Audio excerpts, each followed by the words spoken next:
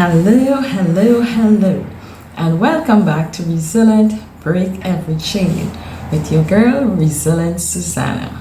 Here to encourage you, inspire you, empower you, and remind you that you too can bounce back from any situation. Our last video, we talked about how we wake up in the morning, and I promised to do at least 5 or 6 videos about how to start your day. So we started off by talking about starting our day with gratitude. For those of you who are joining me for the first time, welcome to Resilient Break Every Chain. We are chain breakers, breaking chains of oppression, depression, lack of self-worth, value, not knowing who we are, all those chains that keep us back from being who we know God created us to be. And so today, I'm embarking on this journey, how to start our day right. You see that there's a saying, how you start determines how you finish. So it's important to get a good start. And most of the times, because we are so worked up and so hyped on all the things we have to do and all that's going on around us, we just jump out of bed and start our day without focus, without intention, without realization that how we start will determine how we spend that day and how we finish. So welcome to my channel, and to all our subscribers, thank you so much for joining us again. I trust you will continue to like, share, and comment. I love to hear from you, what has empowered you, and your bounce back moments while listening to this video. So today, number 2, how to start your day right. And we're going to talk about something that all of us know about.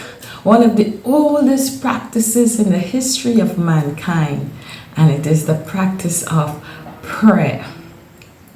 Everyone in every religion, denomination, culture, as far as you can think, we all pray in some form or the other. And I want us to look at prayer this morning, probably a little different. Growing up, I would always hear prayer is talking to God. And I certainly agree. We talk to God, we are able to share our concerns with Him, we are able to share our needs with Him. But the thing about it is that we have become it's become a habit to just tell God all our needs, tell God all we want, and we just tell God. But prayer is also a form of communication. We are communicating with God, but we can also expect God to communicate with us, because God speaks to us, God is willing to direct us, God is willing to lead us. So an aspect of prayer is understanding that we are communicating. And who we are communicating with? We are communicating with God the Almighty, who created the heavens and the earth, who created me, who created you, who is omnipotent, omnipresent, omniscient, the mighty God, the everlasting Father, the Prince of Peace. There is no other God like Him. Wow. So then prayer is a privilege.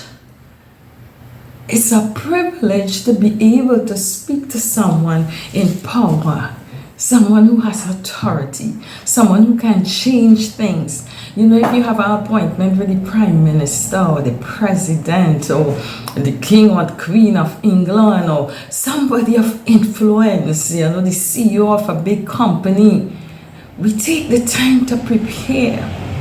We take the time to dress up. We take the time to make sure that everything is in place, our transportation to get there. We don't leave any stone unturned, because we're going to see someone of power, someone of influence. And similarly, when we are approaching God, we must recognize we are approaching the God who is able to do all things. In fact, the Bible tells us in Galatians, He's able to do exceedingly abundantly above all that we can ask, think, or even imagine. So we are going to someone who has more power than the president, the prime minister, the leader of any company. We are going to a God who is all powerful. So we must go to him with that recognition. And hence the reason it's important to start your day with prayer. So after you would have gotten up, allow your mind to breathe and begin to just give thanks, because in giving thanks, it's He we are thanking. It's God Almighty we are thanking. Being grateful for all the good things that are in your life and the people that are in your life, past, present, or future. So you set your attitude of gratitude in place, and you are ready now to approach God, to talk to Him from a quiet spirit, a quiet heart, a quiet mind. Remember, we're talking about body, soul, and spirit in this series. So today we are dealing with a spiritual aspect of prayer. And so as we approach God, one of the other things I want us to keep in mind is, why pray? Why talk to God in the first place? Well, I always say we go back to the beginning to get the answers. And if we go back to the book of Genesis, when God created man in Genesis chapter 1 and verse 26, He said, let us make man in our image, in our likeness, and let them have dominion. Dominion means rule, it means control, it means authority. God ruled in heaven, but He wanted to establish a people on earth. He wanted to establish a presence on the earth. And so He created man. That's why we are body, soul, and spirit. Our spirit comes from Him. And He created a body that we can dwell in the earth. And our soul causes us to function. And so He established man on earth, but He gave man authority to control the earthly realm. And so things cannot happen without man's intervention. God is a God of order. God is a God of rule and decency. So He spoke it and He put that into being. And man had the privilege of ruling and having dominion. Adam named the animals, and they were living peacefully in the Garden of Eden. And so even after man's sin, Adam gave up his authority to the evil one. The established rule that man rules this realm, God holds it in place. And hence the importance of prayer. God requires us to call on Him. No one can come into your house and just go into your bedroom, go into your fridge, oh yes, go into your pot, or anything like that, without you giving them that authority, without you giving them that privilege. Because that's your domain. That's where you have rule. So only if you say you can enter, can that person enter into your home. Only if you say you can go to the fridge and get something to drink, can they go into your fridge. And so God, because He gave man rule, God depends on us to call upon Him to intervene into the affairs of man. One day I was just in the car and we were chatting, and one of my daughters raised the age-old question, why does so many evil things happen? Why God doesn't just intervene? Why God doesn't just change things? And I said to her, because God gave man authority on the earth, and God will not contradict that. The things that are happening is because of our actions and the decisions that mankind has made, and the consequences of our actions that we are reaping. But that's why God gave us the opportunity to pray. He said, call upon me and I will answer thee and show thee great and mighty things which thou knowest not. So when you give your day into the hands of God, when you take that time to spend with Him, to say, God, I recognize I need your presence, I need your guidance. Proverbs says, in all our ways acknowledge Him, and He will direct our path. So if you want him to direct your path, you must start your day by saying, hey God, these are the things I want to do today. This is the people I need to meet today. Intervene, grant me favor, open doors for me.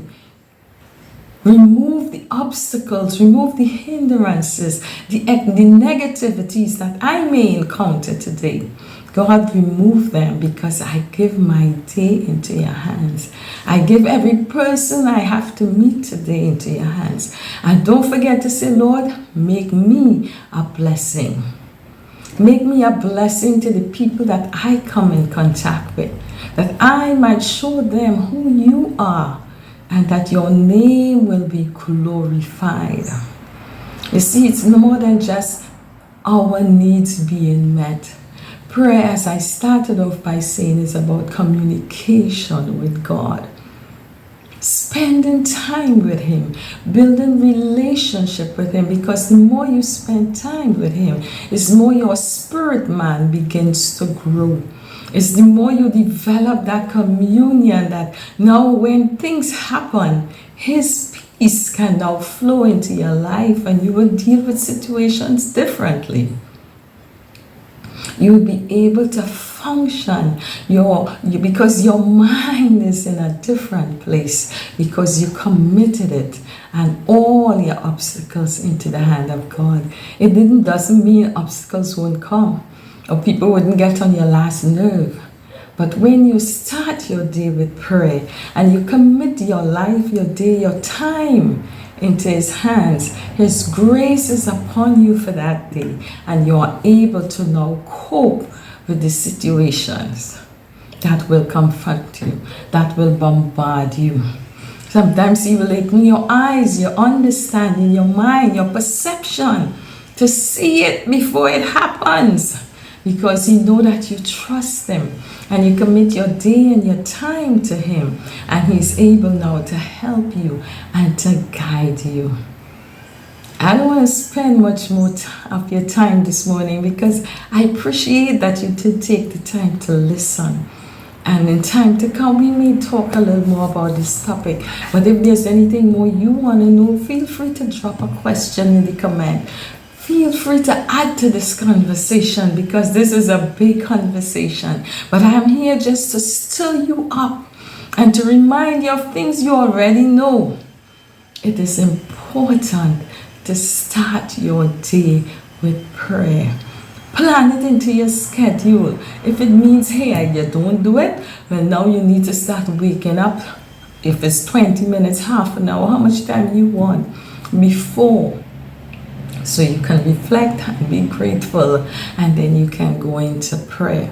So that's the second thing you can do to start your day right. I trust that this has been a blessing, and that you would share it with someone who needs to be reminded of this, because I believe we know stuff, but we tend to forget or ignore it. So sometimes you just need to be reminded. So be reminded today. You cannot make it without prayer. You cannot make it without God, who is able to do all. As I said before in his word, he's able to do exceedingly abundantly above all that we can think or even imagine. Wow, what power. I count it a privilege to be able to call on him and to talk to him. There are circumstances I'm dealing with right now, and I cannot deal with it without prayer. And as I pray and I leave it in his hand, he gives me ideas. Suggestions come into my mind. He gives direction, and so I'm able to know what path I should take. So when you spend time in prayer, it also means you are not alone. You have supernatural help, and believe me, we need it. We need it. We need it. I am truly excited about this topic, because I have seen prayer work in my life in so many ways. So I encourage you today. Make time to spend time with God. And remember, you can bounce back from any situation. Love and blessing. Bye for now.